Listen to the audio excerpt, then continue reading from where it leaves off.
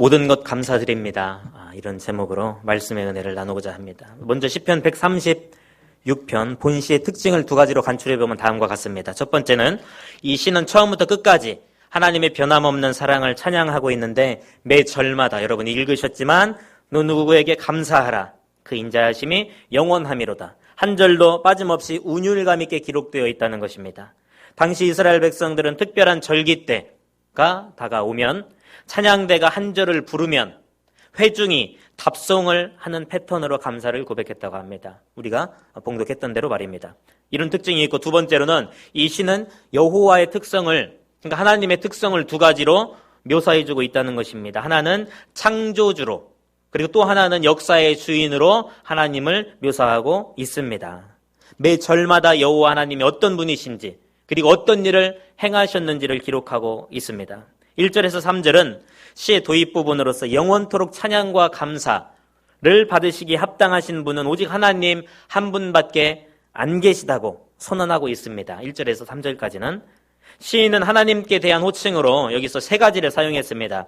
1절에서는 여호와라고 칭했습니다. 그리고 2절에서는 하나님이라고 했고요. 3절에서는 주님이라고 한 것입니다. 여호와라는 이름은 당연히 이런 뜻이 있습니다. 자존하시는 분. 인간 중에 누구를 의지하지 않고 자존할 수 있는 사람 한 사람도 없습니다. 그러나 여호와 하나님은 자존하시는 분이라는 거예요. 그리고요, 하나님이란 호칭에는 이런 뜻이 있습니다. 심판주, 만군의 주, 빛들의 아버지. 빛, 치읓받침이에요. 빛잔치가 아니라 치읓. 빛들의 아버지, 지극히 높으신 자, 모든 신들 위에 뛰어나신 분이라는 걸 말하고 있습니다. 하나님이. 그리고 3절에 주님이라는 호칭은 하늘과 땅을 초월하여 세상의 모든 것들을 주관하시고 통치하고 다스리시는 구원자, 주권자라는 의미를 내포하고 있습니다. 어떠십니까? 여러분 다 아시죠? 하나님에 대해서 설명해 보세요 하면 우리 하나님은 이런 하나님이요. 충분히 여러분 설명하실 수 있습니다. 뻔한 얘기, 하도 많이 들어서 감동이 없을 수도 있습니다. 그런데 기억하세요. 평생 순수한 신앙과 초심을 잃어버려서는 안 됩니다. 신앙을 끌어올리고 유지하는 건 굉장히 힘듭니다. 그러나 흔들리고 무너지는 것은 한순간이라는 것을 여러분 기억하시고 꼭 깨어서 근신하시기를 바랍니다. 사랑하는 청년 여러분, 아무리 첨단 문명, 과학, 이성, 의학, 지식, 물질 문명이 발달해도 그런 것들을 너무 의지하지 마시기를 바랍니다. 도움받는 것은 필요합니다. 그러나 이 세상 우주 만물이 아무리 좋아 보여도 너무 마음 뺏기지 말라 이것입니다. 선물을 받는 것을 상상해 보세요. 선물을 받는다는 것은 몹시 설레고 좋은 일입니다. 그렇죠? 주는 사람이 없어서 문제죠. 그러나 선물을 주신 분보다 선물 자체를 더 사랑해버리면 그때부터 이제 문제가 발동하기 시작합니다. 그리고 선물을 준 사람과의 관계는 어그러지기 시작돼요. 지속되기 어려운 것입니다. 마찬가지입니다. 우리에게 주신 모든 것들, 그것들의 정신이 팔려 창조주를 잊어버리면 안 됩니다. 제가 여기 와서 몇 주 전에 처음부터 창조주를 기억하라고 전도서 말씀 전하지 않았습니까? 자, 그러면 수없이 들었던 말씀인데 하루라도 창조주를 잊어버리지 않고 살았던 적 혹시 그런 분 계십니까? 바쁘다고 내 삶에 치우쳐서 여기저기 치이고 괴로워서 하나님 잊어버린 적 없습니까?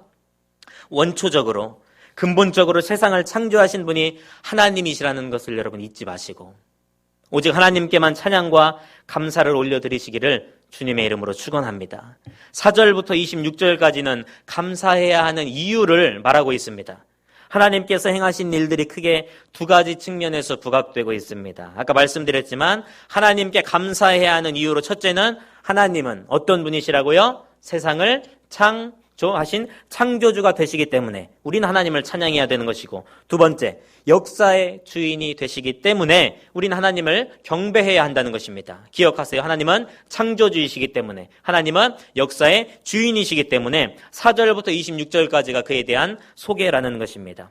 4절부터 9절까지는 굳이 나눠보자면 9절까지는 창조주 되심에 설명하고, 그리고 10절부터 25절까지는 역사의 주인 되심에 대해 설명하고 있는데요. 정리해보면 이런 겁니다. 제가 한 4절부터 25절까지를 정리해 볼게요. 여러분 마음으로라도 아멘을 한번 외쳐보세요. 제가 정리해 드릴게요.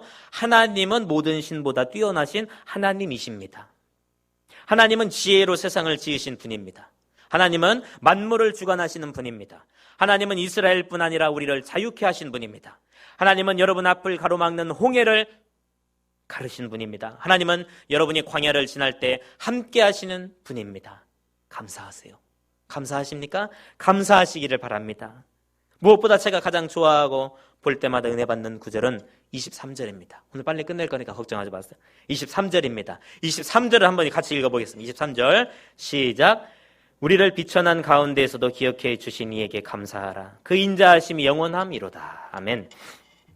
비천한 데서, 이게 무슨 말입니까? 낮아지다, 굴욕을 주다, 수치를 당하다, 욕보이다라는 말입니다. 즉 낮은 지위, 비천한 상태를 말하는데 한마디로 비천함의 극치를 생각해 보세요. 어떤 경우에 어떤 처지에 놓인 사람이 이 세상에서 가장 비천한 사람일까요? 아무래도 성경이 말하다시피 노예, 포로 신세인 사람들이 가장 비천하지 않을까요? 왜냐하면 인간의 최소한의 인권도 빼앗겨버렸습니다. 기본권도 빼앗겼죠? 생리적인 욕구조차도 내 마음대로 해결하지 못하고 그 어떤 선택권도 없습니다. 모든 자유와 주권을 다 빼앗긴 노예와 포로 상태. 이 세상에서 가장 비천한 상태라고 할 수 있겠습니다. 아니면 대중 앞에서 벌거벗겨진 채로 굴욕과 욕보임을 당한다고 생각해 보세요. 여러분 한 사람씩 나와서 누가 총을 들고 한 사람씩 벌거벗으라고 하면 그보다 더 큰 수치가 어디 있겠습니까? 기억하세요. 여러분과 제가 예수님을 믿기 전에는 다 그와 같은 비천한 처지였다는 것을 기억하시기를 바랍니다. 여러분 죄와 저주와 사망의 노예 신세였던 그때를 기억하십니까? 목사님 지금 무슨 말 하는 거예요? 저는요 사망의 노예였던 적도 없고 저주를 받은 적도 없어요. 그렇게 생각하는 사람은 현재 내가 세상에서 가장 비천한 사람이다 이것만 알면 돼요. 이렇게 생각하는 사람 빨리 예수 십자가의 죽으심과 부활을 믿고 그런 사람은 새 생명을 얻어야 돼요. 우리를 비천한 가운데에서도 기억해 주신 이에게 감사하라. 우리 다 그와 같은 처지였다는 거예요. 애굽에서 그리고 바벨론에서의 포로 생활에서 이스라엘의 고통을 하나님께서는 기억하시고 그들을 고난과 포로 생활로부터 구원해 주셨다는 것입니다. 여기서 기억이라는 의미도 있습니다. 우리가 머릿속으로 기억한다는 의미도 있습니다만은 또 이런 의미도 있어요. 자비와 은혜를 베푸셨다라는 의미도 기억해 주신 이에게 감사하라. 여기에 담겨 있다는 겁니다. 비천한 가운데 어덕이던 우리에게 예수님이 찾아오사 손 내밀어 주시고 건져주시고 죄의 옷을 다 벗기시고 비천한 자리로 우리 주님이 가신 것입니다. 그리고 우리에게는 의의 옷을 입혀주신 것을 여러분 믿으십니까? 최근에 구원의 은혜에 감사해서 눈물 흘린 적이 언제입니까? 우리 찬양팀들 찬양했지만 찬양할 때 가끔 이렇게 눈물도 흘리고 마이크도 내려놓고 저처럼 수요 예배 울컥하고 막 그래야 되는 거예요. 여러분 메말라 버리고 무미건조해져 버린 거 아니에요? 예수님보다 만약에 여러분 예수님보다 여러분 끼리끼리 공동체에서 모여 밥 먹고 차 마시고 노는 게 더 즐겁고 더 행복하다면 예수님과 교제하는 것보다 사람과 만나서 교제하는 것이 더 행복하고 즐겁다면 지금 내 영적 상태 주님과의 관계 빨간 경고등이 들어왔다는 거 그것만 아시면 됩니다. 나를 자녀 삼아주시는 애 벌레만 또 못한 죄인 중에 괴수인 나를 뭐가 예쁘다고 뭐가 잘났다고 구원해 주신 은혜 뼈저리게 감사하고 있으시냔 말입니다. 뼈저리게 감사하세요?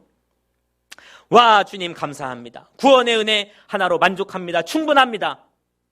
마치 관광을 갔어요. 세계적인 관광 명소에 관광차를 타고 가서 딱 내리자마자 내 눈앞에 펼쳐진 자연 경관들 뭐라고 단어로도 인간의 말로도 표현할 수도 없고 입에 다물어지지 않는 그런 자연 경관을 보면서 감탄사를 연발하지 않습니까? 그렇듯 와 주님 감사합니다. 구원의 은혜 하나로 만족하고 충분합니다. 이렇게 주님 은혜에 경탄한 적이 한 번이라도 있으십니까? 물론 며칠이 지나면 그 감격이 식어버리잖아요. 수련회도 갔다 오면은 며칠 가요? 한 일주일 가나? 일주일 가나? 3일 가면 많이 가나? 한 달, 1년 갑니까? 1년 가면 수련회 한 번만 가도 족하죠. 그거 가지고 1년 버티면 되니까. 근데 그것이 아니라는 거예요. 최소한 종종 이런 감격이라도 있어야 방황하다가도 다시 마음을 잡을 수 있는 거예요. 주님께로 올 수가 있는 것이죠. 오 주님 다른 것 필요 없습니다. 저 거지가 돼도요, 병들어 죽어도 원이 없습니다. 시험에서 낙방해도 괜찮습니다. 이력서 여기저기 집어넣는데 떨어져도요, 괜찮습니다. 목사님, 남의 얘기라고 함부로 하지 마세요. 아니에요. 오늘 죽어도 천국 갈 수 있게 해주셔서 무한 감사드립니다. 무한 감사드립니다. 이런 눈물겨운 가슴 벅찬 구원의 은혜와 확신이 여러분 안에 있습니까? 그렇기 때문에 어떤 분이 그러시는 것처럼 저도 동의는 해요. 부분적으로 기도하다가 보면 대표 기도에서 하나님, 사랑이 많으신 하나님. 근데 신학교 다닐 때 어떤 교수님이 그러세요. 사랑이 많으신 건 상대적이라고. 이 사람이 이 사람보다 많을 수도 있고, 이 사람이 저 사람보다 적을 수도 있고, 그런데 하나님을 표현할 때는 사랑이 무한하신 하나님이라는 거예요. 그래서 제가 의도적으로 쓰려고 하는 거예요. 의도적으로. 저는 이런 눈물겨운 가슴 벅찬 구원의 은혜가 몇 번 있습니다만 많이는 없어요. 근데 하나 기억나는 것이 있다면 27살 때쯤에 제가 시골의 큰 집에 혼자 자고 있는데 깊은 새벽에 원인 모를 두려움과 공포감이 밀려와서 잠이 확 깨버린 거예요. 왜 그런지 모르겠어요. 마치 잠을 안 잔 사람처럼 그냥 자다가 확 깨버린 거란 말입니다. 그래, 두려워가지고 몸이 경직되고 한참 동안 심장이 벌렁벌렁 뛰고요. 이불이 구원해주는 것도 아닌데 이불 속에 몸을 다 집어넣었어요. 그럴 때 없어요? 그러다가 문득 저도 모르게 한 생각이 스쳐 지나간 거예요. 내가 왜 두려워 떨지? 나 구원 받았잖아. 죽음이 뭐가 무서워? 지금 죽어도 천국이 확실한데. 그러면서 갑자기 믿음이 불타오르더니 두려움과 공포는 단숨에 사라져버리고 자신감과 확신, 구원의 감격이 솟구쳐 올라서 주님, 부자도 부럽지 않습니다. 공부 좀 못해도 괜찮습니다. 세상이 알아주지 않아도 괜찮습니다. 천국을 허락하여 주신 주님께 감사드립니다. 세상에서 부귀영화 다 얻고 지옥 가면 무슨 소용이 있겠습니까? 주님 감사합니다. 주님 감사합니다. 감사를 연발했던 적이 있습니다.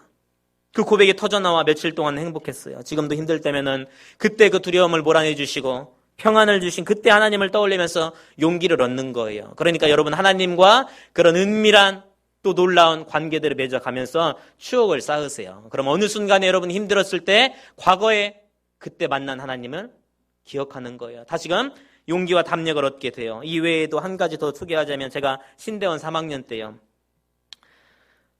그때 우울증과 공황장애 비스무리한 게 갑자기 온 거예요.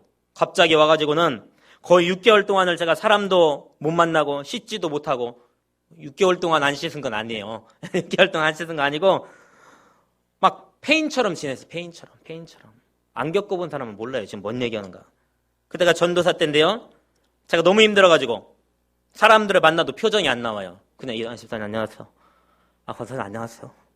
설교도 못 하겠는 거예요. 애들 만나도 인사하기도 싫고 만나기도 싫고. 그래서 사역 그만두고 제가 목회 다 그만두려고 실제로 사역하던 그 교회 목사님 찾아가기도 했어요.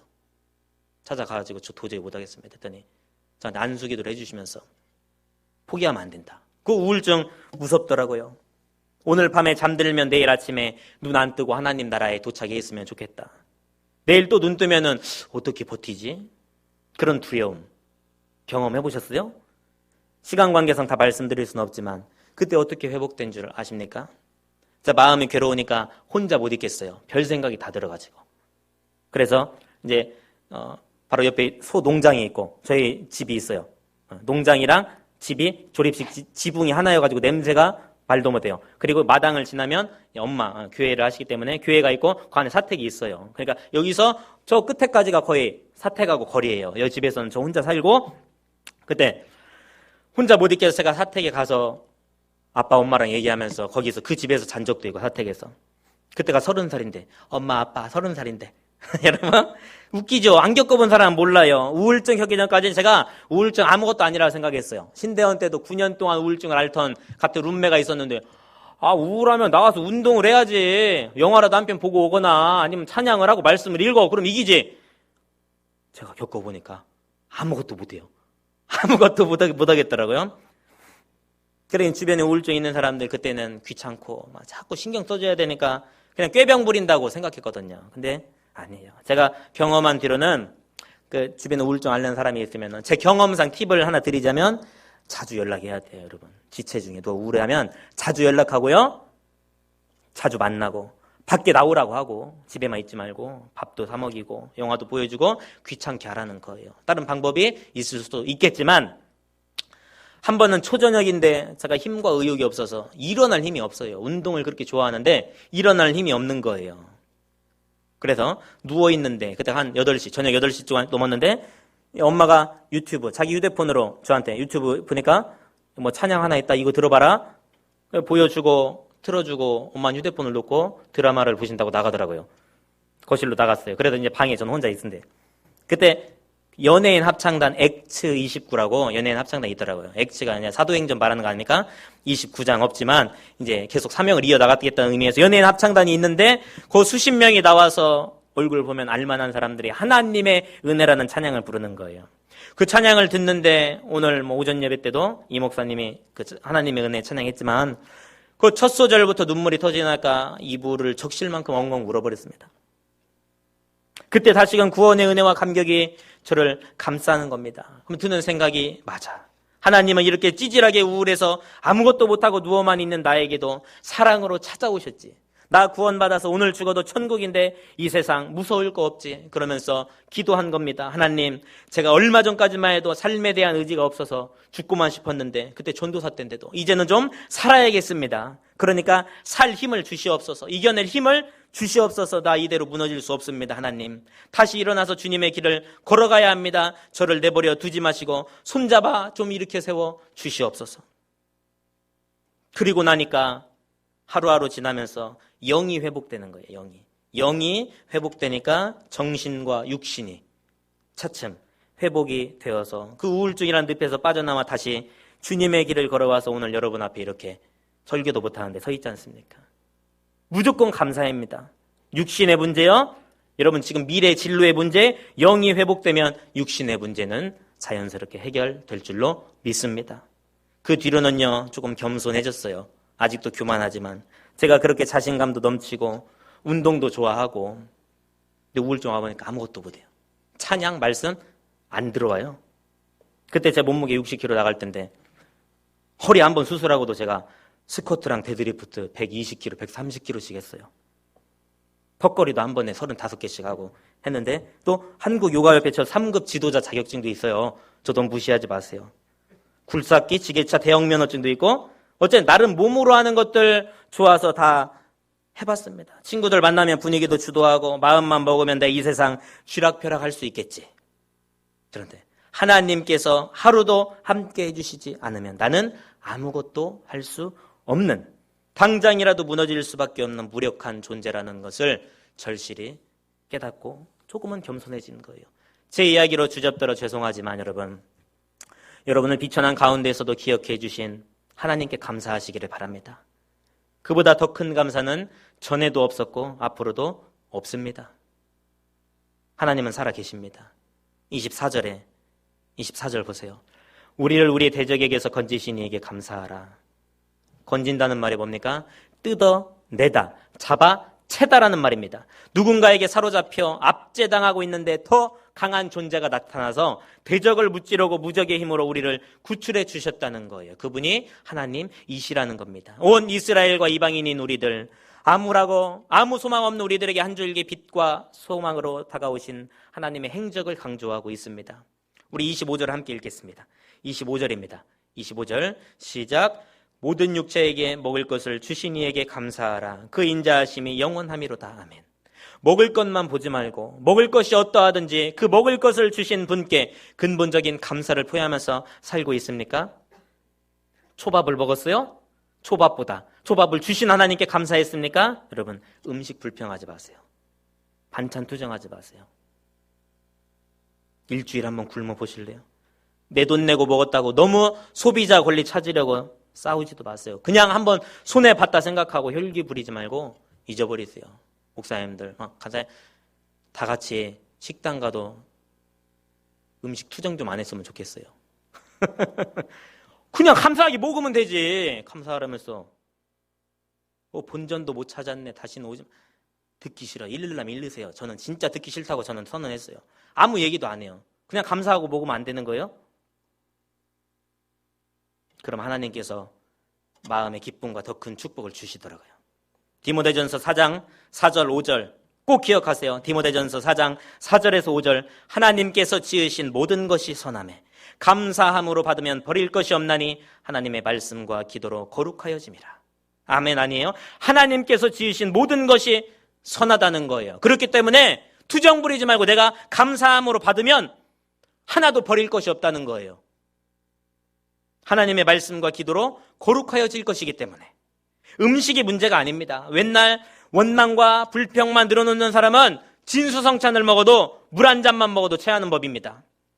그러나 먹는 데가 내 앞에 놓여있는 것이 물 한 잔이든 밥에 간장뿐이더라도 감사함으로 받으면 버릴 것이 없고 주님께서 거룩하게 해주실 줄로 믿습니다.